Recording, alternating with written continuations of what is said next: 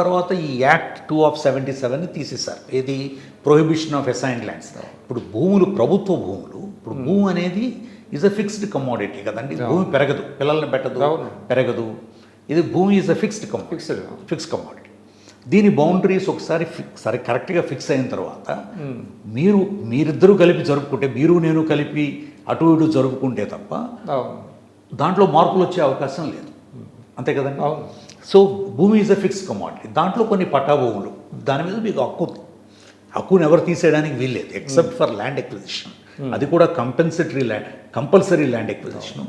దానికి కూడా మీకు కాంపెన్సేషన్ ఇచ్చి మాత్రమే ప్రభుత్వం తీసుకోగలరు. Other than that you have a full right. Assign ఏదైతే ప్రభుత్వ భూములు పేద ప్రజలకు ఇచ్చారో, ఎందుకు ఇచ్చారు? దళితులు, ఆదివాసులు, మిలిటరీ వాళ్ళు, వీళ్ళెందుకు? వాళ్ళు లైవ్లీహుడ్ కోసం, బ్రతుకు తెరువు కోసం మీరు దాన్ని పండించి మీ బ్రతుకు తెరువు చూసుకుంటారు. మీ తర్వాత వచ్చే తరానికి ఇస్తారు. అంతేగాని దాని మీద లావాదేవీలు చేసుకోవడానికి.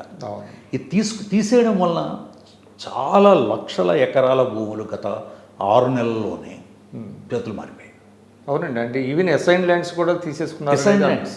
Assigned lands. కాబట్టి ప్రజలు గమనించవలసింది ఏమిటంటే, ఇది బతుకు తెరువు కోసం ఇచ్చిన భూముల్ని పెత్తందారులు, పెద్ద పెద్ద వ్యాపారస్తుల చేతుల్లోకి వెళ్ళిపోతే, ముఖ్యంగా పట్టణ ప్రాంతాల్లో మధ్యతరగతి వాళ్ళకి ఎలా బ్రతకాలి?